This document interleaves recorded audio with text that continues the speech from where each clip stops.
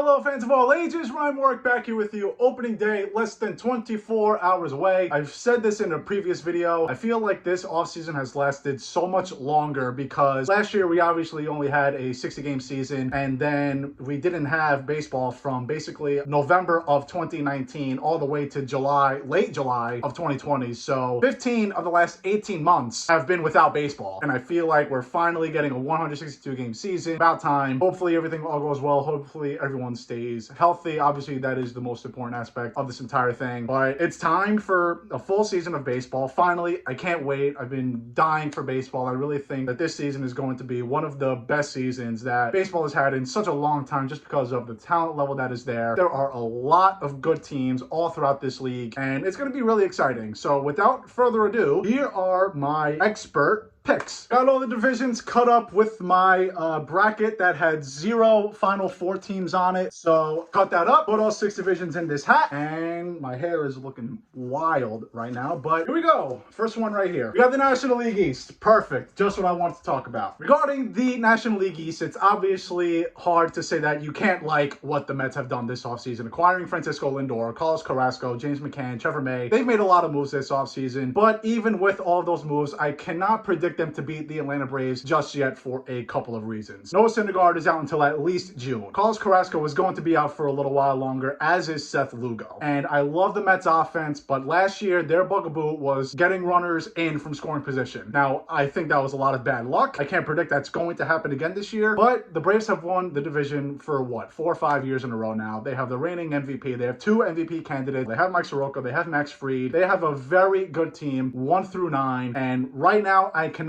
pick against the Atlanta Braves. I think they're going to win the division. It certainly should not surprise anyone if the Mets do steal this division because I think they're a team that can win well over 90 games. But for now, I got to pick the Braves. I like what the Nationals have done also. They got Brad Hand, they got Josh Bell, they got Kyle Schwarber, but the bullpen still scares me. I really want to see if Max Scherzer can do what he did back when he was, I mean, he's not Max Scherzer anymore, but I don't think that starting rotation is as good as it was in 2019 when they won the World Series. The Marlins, they are a scrappy team, but they're not there yet. I don't think that they can do what they did last year in 162 games. And the Phillies, I'll believe it when I see it. Honestly, they have a lot of talent. If you know me, you know I love Didi Gregorius. But again, I just don't think that they are there just yet. That being said, I think every team in this division can finish above 500. It's probably the best division in all of baseball. But right now, my prediction is that the Braves are 1, the Mets are 2nd. I do think that the Mets will make the wild card, being in 2nd place in this division. Division number 2, here we go. AL Central. The Wow. The AL Central pretty much comes down to 2 teams, and that's the Chicago White Sox and the Minnesota Twins. I think the Twins are pretty much the same team as they have been in the last 3 or 4 years. They're going to hit a lot of home runs. They're going to outslug guys. I do like their rotation, but I don't think that they are better than Chicago right now. Chicago is probably the 2nd best team in the American League on paper. Now, they are going to miss Eloy Jimenez for the majority of the season, but they got a big acquisition in Liam Hendricks for that bullpen, and I think that they are going to take that next step. I think that they were maybe 1 or 2 years away last year, but I think that this is the year where Chicago can really take that next step. They have Jose Abreu, who just won the American League MVP. Tim Anderson, honestly, is a pretty good sleeper for that title. I like what Chicago has done. Minnesota's pretty much been the same team. Cleveland, you really can't count on them because they lost Francisco Lindor. And even with Lindor last year, their offense was not all that good. Now, obviously, Jose Ramirez is a perennial MVP candidate, and they do have Shane Bieber and Tristan McKenzie, who I love. But I think outside of those 3 guys, it's a questionable roster at best. And could they be a 500 team? Sure. But I really don't think that they're going to be able to contend with Minnesota and Chicago. Minnesota is going to have to do some dogfighting for that last wildcard spot because we'll get into the AL West, but they have Oakland and they have Houston, and who knows if the Angels can finally get over the hump. But for now, I think that Chicago is going to win the division. And Minnesota is going to be right there. But again, on paper at least, they're not better than Chicago. If Minnesota does win this division, it shouldn't surprise anyone because they can hit. But for now, Chicago is my division winner. Here we go. Back to that. And it is the American League East. Let's go Yankees. The American League East is the Yankees division to lose. Say what you want about their starting rotation, but honestly, no other team is quite there. The Rays got rid of Blake Snell. I think the Yankees are on paper offensively by far the best in this division. And maybe you can make the argument with the Blue Jays, but they are going to be missing George Springer for who knows how long. Obliques are very tough to predict. And honestly, obliques are kind of an injury that really affect you for the entire season. I like like what the Blue Jays have done. I think their young core is going to take that next step. Vlad Guerrero Jr. is going to take that next step. I like what they have done, but I think just as much as the Yankees rotation is a question mark, the Yankees have at least guys who are going to give them innings in Gerrit Cole, in Domingo Germán, in Jordan Montgomery, Jameson Taillon, and Corey Kluber. Those guys are going to give you innings. I'm not sure if those guys are going to be great pitchers, but I really don't know if the Blue Jays have guys who can go into the 6th and 7th innings consistently. I think the Yankees have that, and the Yankees have a good bullpen to complement that. The Blue Jays not necessarily. Red Sox, their pitching staff is a big question mark all over the place. The Rays, I think they have taken a step backward, and the Orioles are the Orioles. This is the Yankees division to lose. 3 more. Here we go. The National League Central, probably the worst division in baseball. The National League Central, it kind of seems like every team is kind of just middle of the pack. They don't really care if they miss the postseason or not, except for the St. Louis Cardinals, who acquired Nolan Arenado, which was obviously a big splash. But I have legitimate concerns on if Nolan Arenado can be the same player that he has been on the road, because his home road splits while he was in Colorado are vast. Now, he's going to give you great defense at third base, but I don't know about his offensive production. I think the Cubs have taken a big step backwards, and I also think that they're probably going to be trading Kris Bryant at the trade deadline. I do like the Brewers, though. I think the Brewers are kind of slept on. I still think that the Cardinals win by just a hair, but the Brewers are going to be right there in that postseason spot. But the thing with this NL Central is there's not going to be a wild card from this division. The Dodgers and Padres are easily making the postseason, and in my opinion, I think it's going to be the Braves and the Mets. In order to make the postseason, you need to win this division, and this division, even though it's not very good, it's going to be fun to watch, because there are 3 teams who are going to be battling it out, and that's the Cardinals, the Brewers, and that's the Cincinnati Reds. And if the Cincinnati Reds are in contention at the trade deadline, you know that they're not going to be trading Sonny Gray or Luis Castillo or Amir Garrett or really any of those guys. In fact, they might be buyers in such a close division race. I think it's going to be a 3-team race with those 3 teams. I think it's going to be the Cardinals at the end of the day, but I really think that if the Brewers and the Reds are in contention late in the season, they're probably going to be making a big splash. And who knows, even if the Cubs are in contention, maybe they don't trade Kris Bryant, and maybe they do make a splash. So maybe it could be a 4-team race. Now, the Cubs, I think, are the 4th team in that race. The Pirates are the Pirates. They're lucky to win 60 games this year. But even though that division might not be loaded with talent, it's at least going to be fun to watch. We got 2 more. The American League West. Now, with the AL West, I think it's easy to say that it's just going to be the Oakland A's and the Houston Astros. And the A's are my pick to win this division. But how can you not be kind of excited about the Angels? Mike Trout, Anthony Rendon, Shohei Ohtani. Now, you know what you're going to get from Trout and Rendon. And Ohtani is a big, big question mark. But it sounds like the Angels are letting Ohtani do his thing. I know on Sunday Night Baseball, he is going to pitch and he is going to bat second. I am not sold on that idea, but we saw in 2018 that he was a legitimate power threat and he was a very good pitcher. He struck out 11 guys per 9 innings and he had a 3.36 ERA in a very good division. So if Shohei Ohtani can be what he's hyped up to be, he is a sleeper for MVP. Now, do I think that's going to happen? I'm not sure. I have legitimate concerns that he really has not pitched full time in almost 3 years. He was not very good in spring training, and whatever starts he did make last year were very bad. But he's going to be very exciting to watch, and that's honestly great for the game. Now, Houston, they have taken a lot of hits. They won't have Justin Verlander this year. Framber Valdez, who was going to be a sleeper of mine for AL Cy Young, he's probably going to be missing most of the year. But I do think Carlos Correa is going to be pretty motivated at the fact that this is his contract year. But I do really want to see what Houston is going to do with fans in the stands. Because honestly, last year in spring training, I think that the fans were getting in their heads. And take this for what you will, the Astros were not very good in the regular season. Now, I'm not going to be the one to say that they were definitely cheating in 2019, but it's obviously a theory, and they were not very good up until the postseason. And they had that underdog in them. I think it was complete bogus, but they had a chip on their shoulder, and honestly, it worked. So maybe they can have that same mentality going into this year, but I don't think that they are better than Oakland right now. Oakland has Matt Chapman and Matt Olson. They are a very good team from top to bottom. Oakland is my representative for the AL West. That being said, for the entire American League, Yankees to win the AL East, White Sox to win the Central, A's to win the West, and I think the wildcard teams here are going to be Minnesota, and I think Toronto is going to take the other. Now, I think it's going to be a battle between Houston and Toronto for that second spot, but I don't trust the Astros pitching staff without Valdez and Justin Verlander. And again, if the Angels can get what they expect out of Shohei Ohtani, they're probably going to be there also. But again, like I said with the Phillies, I'll believe it when I see it with the Angels. That leaves just the NL West, Dodgers, Padres. That's all you need to know. Dodgers are the World Series favorites. They're the World Series champions. The Padres, you cannot not love what they did this offseason. They got Blake Snell. They got Joe Musgrove. They extended Tatis. They are stacked, but they're not as good as the Dodgers. The Diamondbacks, the Giants, the Rockies, they're just there. care. They're bottom feeders in this division. It's so top heavy. Dodgers are going to win this division, but I would really like to see the Padres make it close. Now, I think the Dodgers are going to win well over 100 games, honestly. I think they're going to go down in history as one of the best regular season teams of all time. I think from top to bottom, they are just totally unbelievable. David Price is a long reliever this year. That's how good they are. So with that being said, I'm going with a Padres-Mets wildcard game, and that's going to stink because that means one very, very, very good team is not going to see the division series, but someone has to win the division in the NL Central, which stinks because that's the team that deserves to be in the wild card, but that's the way the cookie crumbles. The Central winner gets a shot at going right to the division series. My Cy Young picks, Jacob deGrom in the National League. There's no reason to pick against Jacob deGrom. Now, I have some sleepers that I'm going to be betting on. I will probably bet on Clayton Kershaw and Max Scherzer because they are in contract years, and you can get them at pretty good value. I think Scherzer is like 15-1, but you can get Kershaw at like 20-1 right now, and that is pretty good value. I'm also going to sprinkle on Marcus Stroman because he is in a contract year. Now, do I think he's going to win? No, but 55-1, you might as well throw a couple bucks on it. American League, I know I'm being boring here, but how can you bet against Gerrit Cole? I think he is the second best pitcher in baseball, the best pitcher in the American League. Now, I think Shane Bieber is going to give him a run for his money, but Shane Bieber also benefited a lot from playing a very bad schedule last year. And I know that Tyler Glasnow and Lucas Giolito are kind of in the mix, but I don't think that they are there quite yet. They strike out guys at a very good rate, but Gerrit Cole can just get anybody out. And if Gerrit Cole limits his home runs, I don't see why he wouldn't win this year. AL MVP, I'm going Mike Trout. Again, I'm being boring, but I think that if the Angels are in the mix, they are close to a 500 ball club, Mike Trout is going to put up insane numbers. He does need to be better on defense. He was not very good last year at all, but it's hard not to predict Mike Trout. And I really don't like anyone else's value. I like Bregman at 15-1, but again, who knows what his numbers are going to be like without trash cans and possibly buzzers. And he wasn't very good last year in the regular season. If Aaron Judge can stay healthy, he's certainly going to be in that conversation. And I'm going to be sprinkling some change on Giancarlo Stanton because when he is healthy, he is a top 5 hitter in all of baseball. Him being a DH will probably hurt his value a little bit, but again, at 35-1, how can you not take the best slugger in baseball in the last decade? National League, I'm going with Fernando Tatis because I think that the Padres are going to be very, very good this year. I say that saying also that I think Juan Soto is going to have better numbers. He led the National League in batting average, led the majors in OPS, but I don't know if the Nationals are going to be a postseason team. And I think that if the Padres win over 95 games, it's going to be because of Fernando Tatis. Now, if the Nationals wind up making the postseason, Juan Soto is going to win MVP. But I think Tatis and Soto, they're both at 7-1 right now. They are the favorites, and I think that those two guys are going to be the most responsible for their team's success this year. So my official pick is Tatis, but if the Nationals do wind up making the postseason, it's going to be Juan Soto. In October, we are going to be seeing Dodgers and Yankees. There's no good reason to pick against the Dodgers in the National League. The Yankees, they need to make the World Series, and if they don't, it's a failure. If they lose to the Los Angeles Dodgers in the World Series, not necessarily a failure. The Dodgers, again, in my personal opinion, are going to go down in history as one of the best teams of all time. That's how good they are. Now, if the Yankees lost to anybody else, I'd be very upset. But if the Yankees lose the World Series to the Dodgers, I'll live. I just don't think that anyone in the American League is there quite yet over the Yankees. Again, the Yankees pitching staff, it is a question mark, but they looked very good in spring training and fully healthy. I do expect Corey Kluber and Jameson Taillon to be very good. I'm a big fan in Jordan Montgomery, and I think if Domingo Germán can give the Yankees 2019 stats, then that's a success. But they're not up to the Dodgers level just yet. And it's hard to go back-to-back, but the Dodgers give me no reason to pick against them, aside from the fact that it is hard to repeat. That's the only reason why someone would pick against them. But that's why I'm going Dodgers-Yankees. Feel free to come back to this video on November 1st and laugh at me at how wrong I probably will be, but hey, I'm clearly an expert. Appreciate you all watching. Enjoy opening day. It's going to be a blast. It is not goodbye.